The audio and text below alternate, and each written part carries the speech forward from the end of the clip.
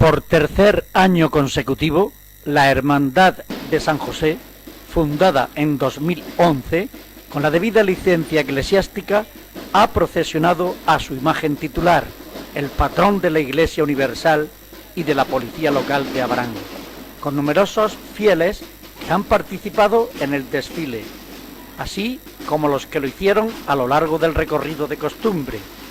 La climatología fue muy favorable y la despedida del invierno y la feliz llegada de la primavera han hecho posible la brillantez del cortejo procesional.